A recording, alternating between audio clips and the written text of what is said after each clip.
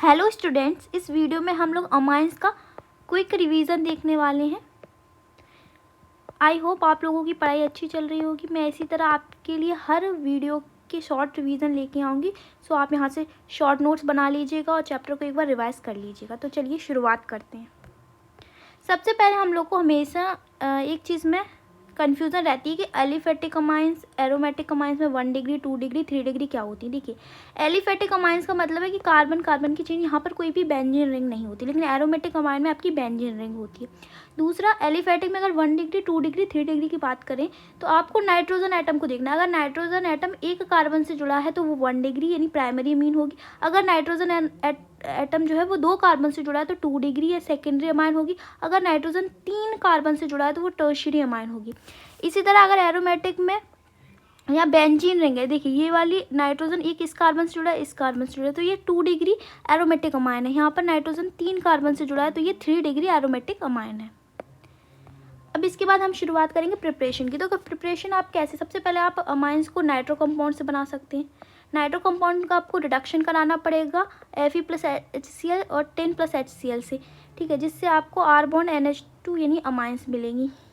आप H2PD या palladium या फिर प्लेटिनियम से भी करा सकते हैं। यहाँ से NO2 ग्रुप हट के NH2 जुड़ जाएगा। दूसरा, अमोनोलाइसिस। जब आप अमोनोलाइसिस कराते तो आप अल्किल हैलाइड से रिएक्शन कराते तो आपको 1 डिग्री 2 डिग्री और 3 डिग्री का मिक्सचर मिलता है। नाइट्राइल यानी साइनाइड का आप रिडक्शन कराते हैं LiLH4 से या फिर इन रिड्यूसिंग एजेंट से, तो आपको जो है प्राइमरी अमीन मिलती है। अगर आप आइसोसाइनाइड से कराएंगे तो आपको सेकेंडरी अमाइन मिलेगी।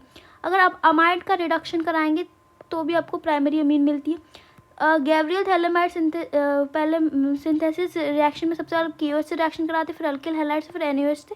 सो आपको यहाँ पे 1 डिग्री एलिफेटिक अमीन मिलेगी। यहाँ पर एरोमेटिक अमीन रिएक्ट नहीं करती क्योंकि इसमें न्यूक्लियोफिलिक सब्स्टिट्यूशन रिएक्शन होती है और हमें पता है कि एरियल हैलाइड्स जो होते हैं वो न्यूक्लियोफिलिक सब्स्टिट्यूशन रिएक्शन नहीं करते।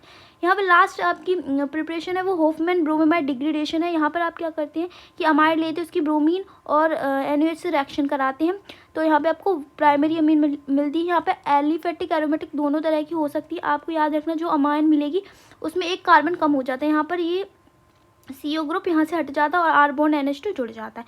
तो ये सारी प्रिपरेशंस होंगी। इसके बाद हम देखें फिजिकल प्रॉपर्टी। तो फिजिकल प्रॉपर्टी में सबसे पहले लोअर एलिफेटिक एल्डिहाइड जो होते हैं उनका फिशी ऑर्डर होता है। एनिलीन जो होता है वो कलरलेस होता है, लेकिन अगर इसका ऑक्सीडेशन कर दिया जाए तो ये कलर्ड हो जाता है। अमाइंस जो होते हैं वो सॉल्युबल होते हैं वाटर में क्योंकि ये H बॉन्डिंग, हाइड्रोजन बॉन्डिंग करते हैं, ठीक है। बॉइलिंग पॉइंट अगर देखा जाए तो प्राइमरी में सबसे ज़्यादा बॉइलिंग पॉइंट होता है क्योंकि इसमें 2 हाइड्रोजन होते हैं। उसके बाद सेकेंडरी में होता है क्योंकि इसमें 1 हाइड्रोजन है। सबसे कम बॉइलिंग पॉइंट टर्शियरी का होता है क्योंकि इसमें 1 भी हाइड्रोजन नहीं होता है।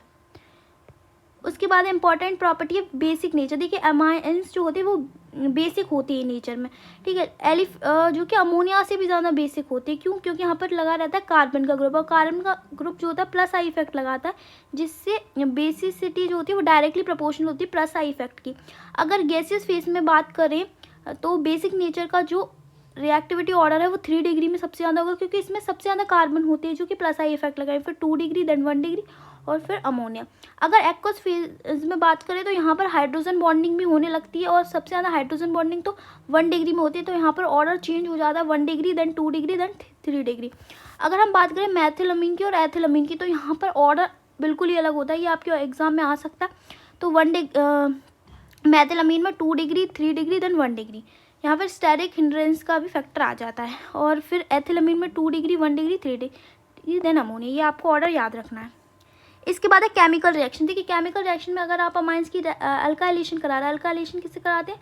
R बॉन्ड X से, तो आपको 2 डिग्री 3 डिग्री अमाइंस मिलेंगे। अगर असाइलेशन करा रहे तो यहाँ पर एसिल क्लोराइड से करा सकते हैं, एसिड एनहाइड्राइड से करा सकते हैं और ईस्टर से करा सकते हैं, तो आपको प्रोडक्ट जो है वो अमाइड्स मिलेगा। फिर कार्बिलअमीन रिएक्शन, इंपॉर्टेंट रिएक्शन है।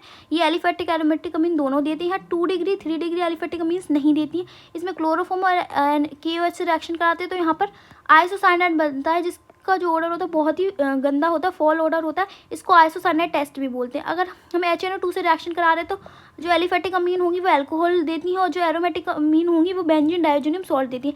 हिंसबर्ग टेस्ट कराते तो हिंसबर्ग टेस्ट कराते बेंजीन सल्फोनिल क्लोराइड से, तो 1 डिग्री अमाइन सल्फोनिल अमाइड बनाती हैं जो कि अल्कली में सॉल्युबल होता है। 2 डिग्री भी सल्फोनिल अमाइड बनाते हैं लेकिन ये इनसॉल्युबल होता है इन अल्कली, एंड 3 डिग्री तो रिएक्ट ही नहीं करते हिंसबर्ग रिएजेंट से। नेक्स्ट है इलेक्ट्रोफिलिक सब्स्टिट्यूशन रिएक्शन। तो अगर हम ब्रोमिनेशन करा रहे हैं, यहाँ पर आपको याद रखना, अगर हम ब्रोमिनेशन कराएंगे Br2 से Br और H2O के प्रेजेंस पे, तो हमें 3 सब्स्टिट्यूटेड प्रोडक्ट मिलता है, 2,4 ट्राई नाइट्रो ब्रोमो एनिलीन। तो हमें मोनो सब्स्टिट्यूटेड प्रोडक्ट लेने के लिए सबसे पहले पेरिडीन और एसिड एनहाइड्राइड से रिएक्शन कराते हैं, फिर जो प्रोडक्ट मिलता है, जो इंटरमीडिएट मिलता है, उसकी एसिटिक एसिड से ब्रोमीन से रिएक्शन कराते हैं, तो फिर हमें फिर से एक और प्रोडक्ट मिलता है, फिर उसकी H+ से रिएक्शन कराते हैं, तो हमें यहाँ पर 4 ब्रोमो एनिलीन मिलता है, जो मोनो सब्स्टिट्यूटेड प्रोडक्ट है। अगर हम नाइट्रेशन करा रहे हैं HNO3 से H2SO4 से, तो यहाँ पे हमें ऑर्थो, पैरा और मेटा तीनों प्रोडक्ट मिलते हैं, जिसमें आपका पैरा 51% होता है और मेटा एक लार्ज अमाउंट में बनता है 47%, और ऑर्थो आपका 2% बनता है। अगर आपको मोनो सब्स्टिट्यूटेड चाहिए तो आपको फिर से पेरिडीन और एसिड एनहाइड्राइड से रिएक्शन करानी पड़ेगी, फिर HNO2 से H2SO4 से, फिर जो भी प्रोडक्ट मिलेगा उसके H+ से रिएक्शन कराएंगे तो पी नाइट्रो एनिलीन मिलता है। सल्फोनेशन में हम H2SO4 से रिएक्शन कराते हैं 453 से 473 केल्विन टेम्परेचर पे, तो यहाँ पे सल्फेनिलिक एसिड मिलता है, जो हम जिसको हम ज्यूटर आयन के फॉर्म में कन्वर्ट कर सकते हैं। उसके बाद last topic benzene diazonium salt. Benzene diazonium salt का फॉर्मूला ये होता है, ठीक है। बेंजीन डायोजोनियम सॉल्ट पे आप किस किस की रिएक्शन कराते हैं, तो अगर आप Cu2Cl HCl से रिएक्शन करा रहे हैं तो आपको क्लोरोबेंजीन, इसी तरह आप Cu2Br HBr से करा रहे हैं तो ब्रोमोबेंजीन, CuCN HCl से कराते हैं तो साइनोबेंजीन। ये सैंड मेयर रिएक्शन बहुत इंपॉर्टेंट रिएक्शन। अगर आप CuHCl से करा रहे हैं तो क्लोरोबेंजीन, CuHBr से करा रहे हैं तो ब्रोमोबेंजीन। इसको बोलते हैं गैटरमैन रिएक्शन, इसको गैटरमैन रिएक्शन बोलते हैं। अगर Ki से करा रहे हैं तो आयोडोबेंजीन मिल जाता है। अगर HbF4 से सिर्फ HbF4 से कराते हैं तो ये N2BF मिलता है, जिसकी अगर आप हीट करा देंगे तो फ्लोरोबेंजीन मिल जाता है। H3PO2 या फिर इथेनॉल से कराते हैं, ये रिड्यूसिंग एजेंट है तो रिड्यूस होकर एरीन मिलती है।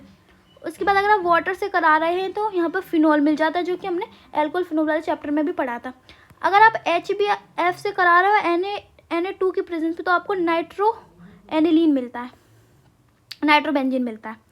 यहाँ पे डाइस की बात करें तो ये डाइस बनाते हैं, बेंजीन डायोजोनियम सॉल्ट जो है वो डाई बनाता है। अगर आप अल्कोहल से उसकी फिनोल से रिएक्शन कराएंगे इसकी, तो पी हाइड्रोक्सी एजोबेंजीन मिलेगी, जिसका कलर ऑरेंज होता है, ठीक है। अगर आप इसकी एनिलीन के साथ रिएक्शन कराते हैं तो पी अमीनो एजोबेंजीन मिलती है, जिसका कलर येलो होता है, इसको येलो डाई, इसको ऑरेंज डाई होती है। तो यहाँ तक आपको जो एमाइंस है वो पूरा कंप्लीट इसका रिवीजन हो चुका है। आई होप आपको वीडियो पसंद